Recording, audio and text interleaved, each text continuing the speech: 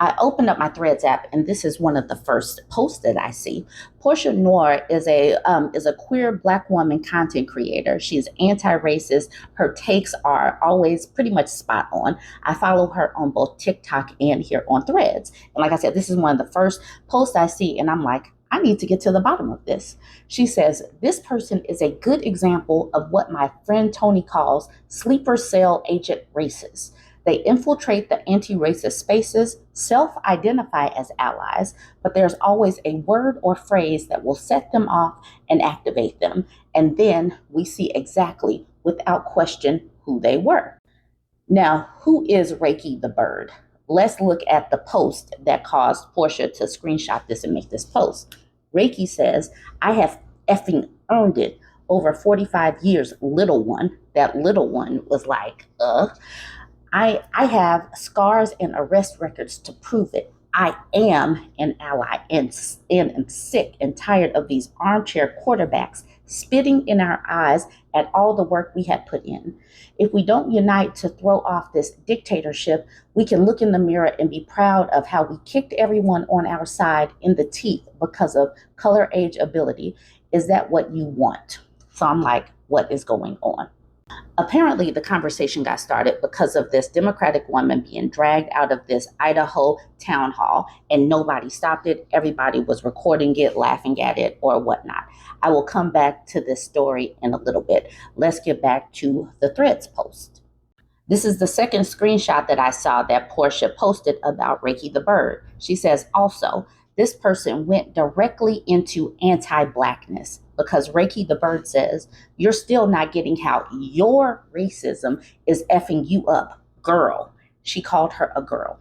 But it's as pointless talking to you as talking to racist, misogynist white men. She compared this queer Black woman who works in anti-racist as a racist, misogynist white man.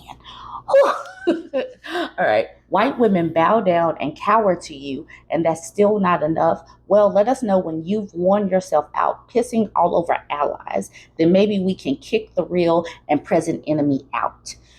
This woman has some nerve coming to a Black woman's space that is actively working to, dismantle racism, misogyny, all of the things that she's doing. But then, like Uppity Negra says, in front of my Black History Month, this is just so cringe. But I still hadn't gotten to the genesis of what was going on. So I had gone to Portia's page so I could get to the beginning of what started this. So she put in quotes, what more can we do? And she says, so much more, starting with what you expect Black women to do. So that's the answer. Starting with what do you expect Black women to do? And then she made this video. This video is 3 minutes and 42 minutes long because she's showing the white woman being dragged out. So trigger warning for that. And then she speaks on that topic. So we're going to watch that together. We're going to watch a little something together, and then we're going to talk about it.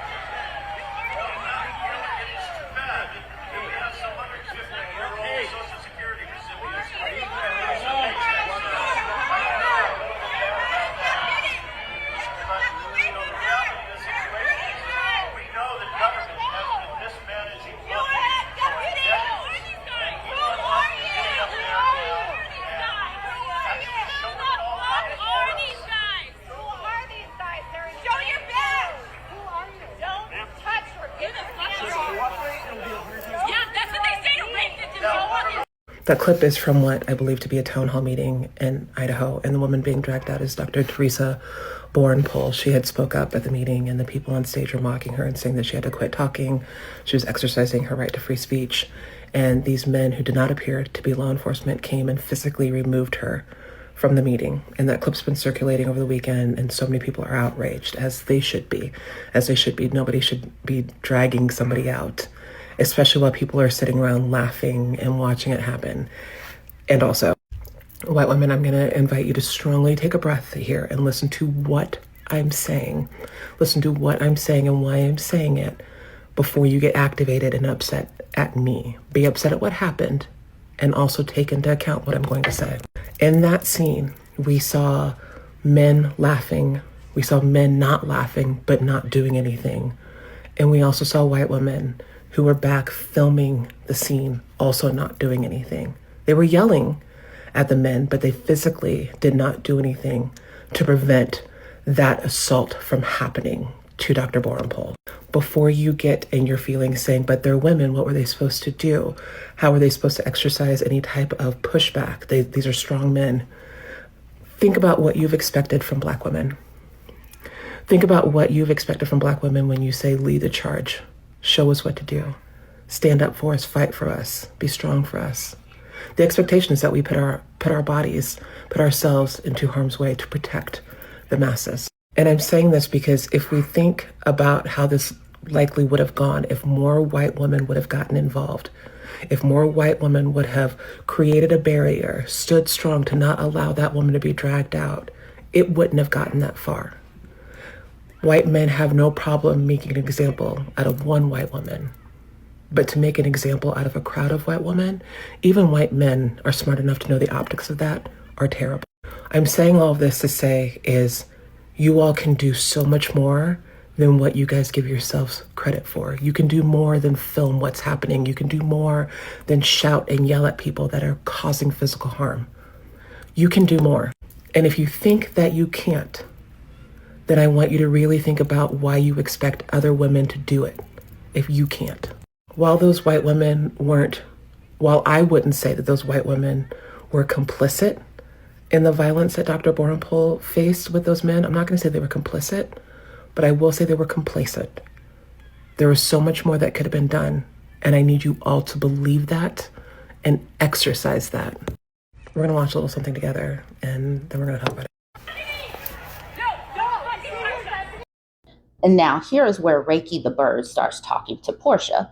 Northern Idaho, where men compare techniques of wife beating, and when they're finished with her, they turn on her kids. I'm not excusing the women for not defending her, but I just wonder who they were sitting beside and what would have happened to them and their children next. These guys like their pew-pews too and literally get away with schmurder.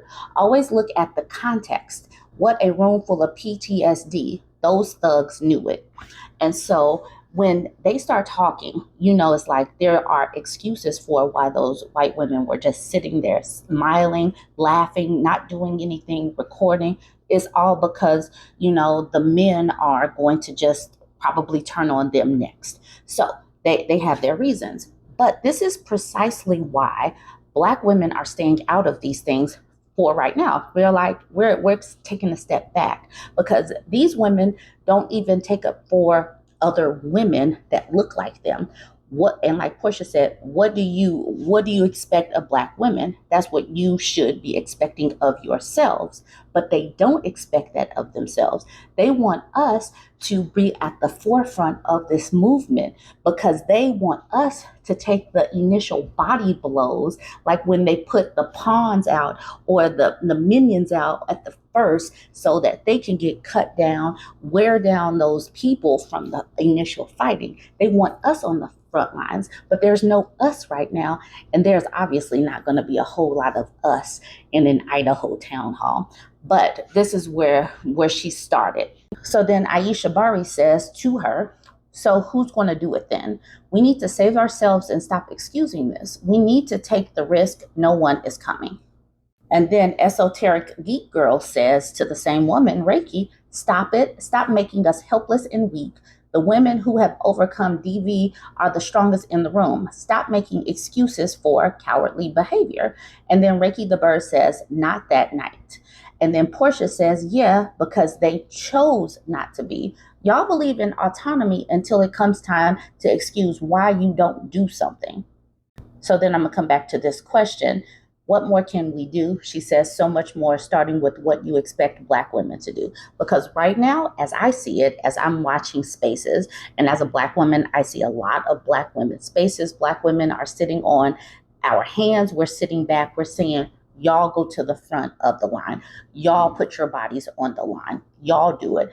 Because and people are so shocked. They're clutching their pearls. They're angry at Black women for sitting back because for so long we have just been at the forefront of movements, and we're not right now, because we know when Black women get involved, we're going to be harmed, because nobody has the expectation that Black women are really even women enough to get any of this supposed protection.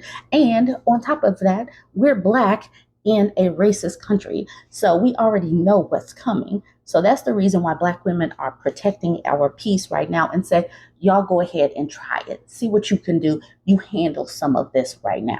Then Javi says, this is immaculate, and the reason they expect Black women to do this for them is because Black women do this for each other. Because ain't no way we would have gone down. Black women would have locked arm in arm, and they would have had to drag every last one. They see how Black women love each other and protect each other, and that's what they want for them. But why do they think they deserve that treatment?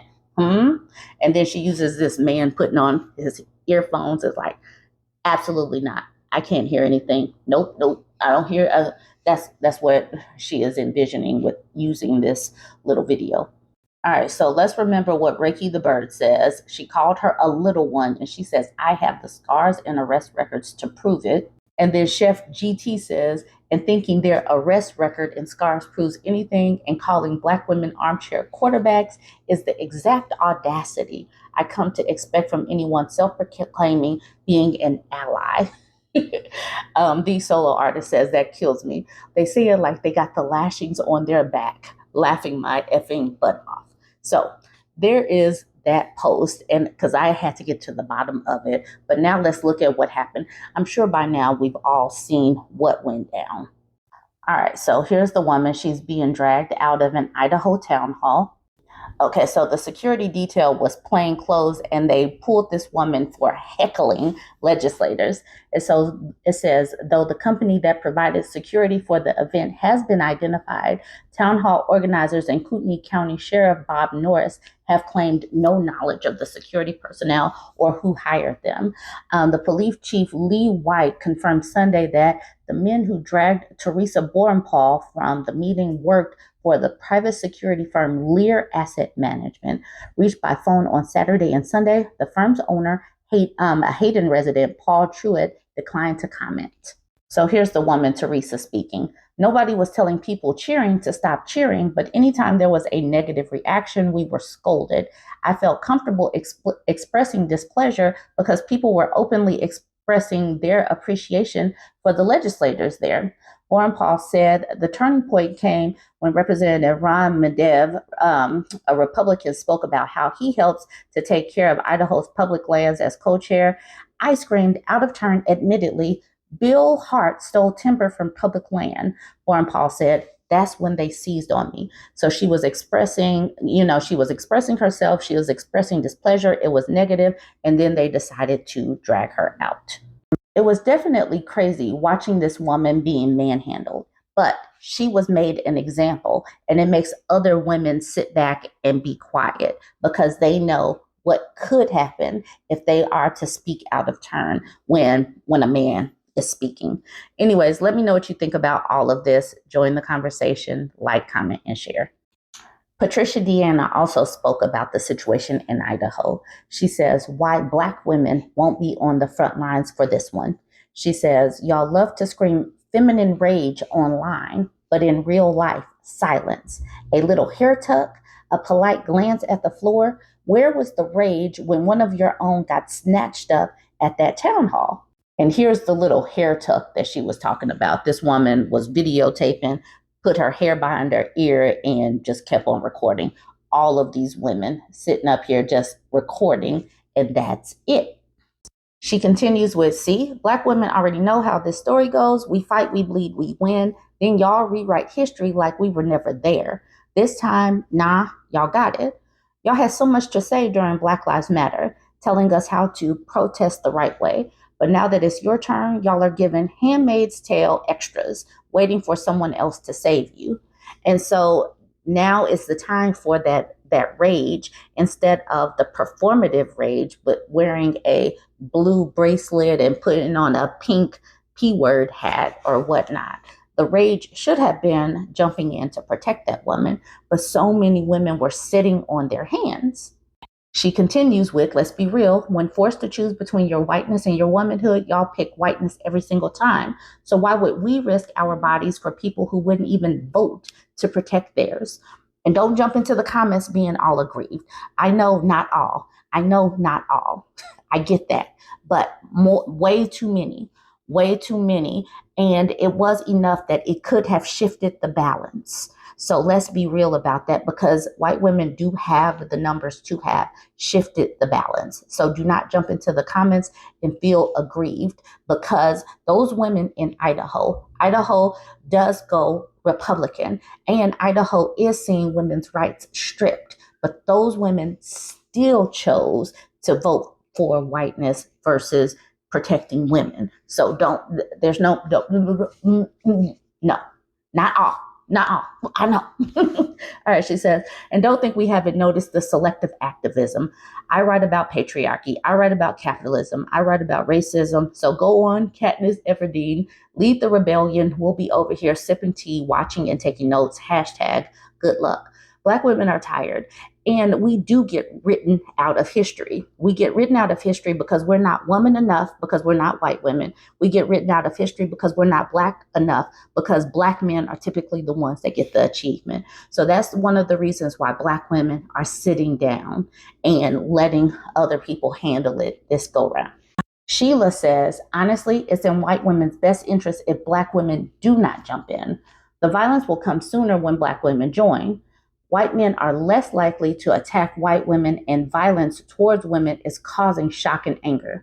Unfortunately, white women may need to see and feel the violence and disrespect themselves that white men aim at them for women to finally stop upholding the patriarchy.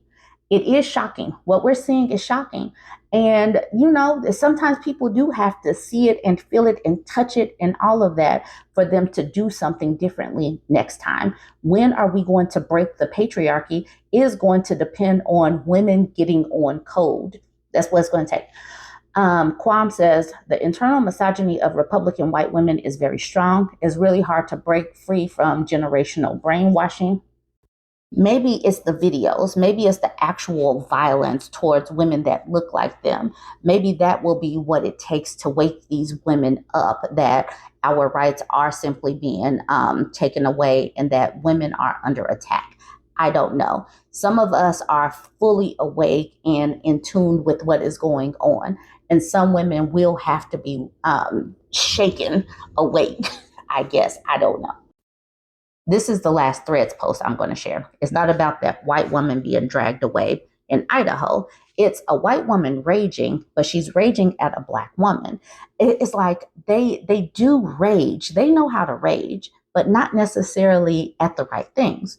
So this content creator's name is Black Home Educators. Black Home Educators. So Black is in the name. She titles this one, always trying to be center stage, and she uses this emoji because this white woman jumped into her inbox, not even on the post. She jumped into her inbox to say, I've enjoyed your page, but you obviously are not very engaging with white women, and your followers are pretty rude when someone expresses her feelings. I guess you all think that white women can't have empathy. Don't worry, I won't be coming, I guess, on your page anymore. I'm not following you. Okay, so this white woman has to come in and center herself, like this woman says, always trying to be center stage. Then Black Home Educators responded with, no, your feelings and tears won't be the focus here, and I won't apologize for that. My page has always been a safe space for my people to share and express themselves. I welcome others as long as they're here to learn, grow, and contribute in a positive way. It's like they can't be comfortable being a minority in a space. Many of us have been the only one in spaces, the only one in a class, the only one at a cafeteria. We're okay with being the only one, but some of these women are not used to being the only one, and they will rage out. I decided, let me get a little bit closer picture. Let me see who this woman really is. This is Marge. I zoomed in. This is Marge. She's peeved that she's not the center of attention. She's not used to being a minority and having to listen to other people's experiences and that kind of thing. So it makes her angry. And I can understand why she's angry because she's not used to people not catering and coddling her feelings. Okay, I'm glad that some white women were trying to gather this woman up. Sarah says the entitlement of white women is gross. It would be almost entertaining if it weren't so destructive. Fellow white women, we need to shame these women, not online where they can hide behind screens and white lady tantrums. We need to be confronting them in real life, in real time. Every snide remark, every joke that isn't a joke, every microaggression we see and hear, call it out. Make them uncomfortable. Let them know you are not a safe space for their white lady BS. And then Betsy says, fellow white women, we have not given Black people, especially women, reasons to feel safe with us. Stop acting shocked and wounded when they don't feel safe with us. No one owes us inclusion. And I know that's real hard to hear, Brenna Lee, Brenna Lee, but try. All right, this was funny how she spelled that. I had a little uncomfortable moment trying to pronounce that. All right. All right, I'm gonna wrap it up. Here's a screenshot. It says, look at you, all dumb and stuff. And this one, just watching white people white. And then CC says, to go into Black spaces and demand her whiteness be acknowledged and centered was a choice. Bet she wears a blue bracelet or whatever. And that's how I am wrapping it up. CC looks to be a white woman as well. This is what we need. White women have got to gather up their fellow white women that are stepping out of bounds. Gather them up, especially the ones that call themselves allies, but then do this where they need to be coddled and their feelings have got to be front and center. This is what we need. Anyways, join the conversation. I know that when we talk about this type of thing, it's not always comfortable, but it's necessary. It's necessary. Join the conversation, like, comment, and share. Let me know what you think. And I'm pushing towards 70,000 over on YouTube. So go ahead and smash the follow button.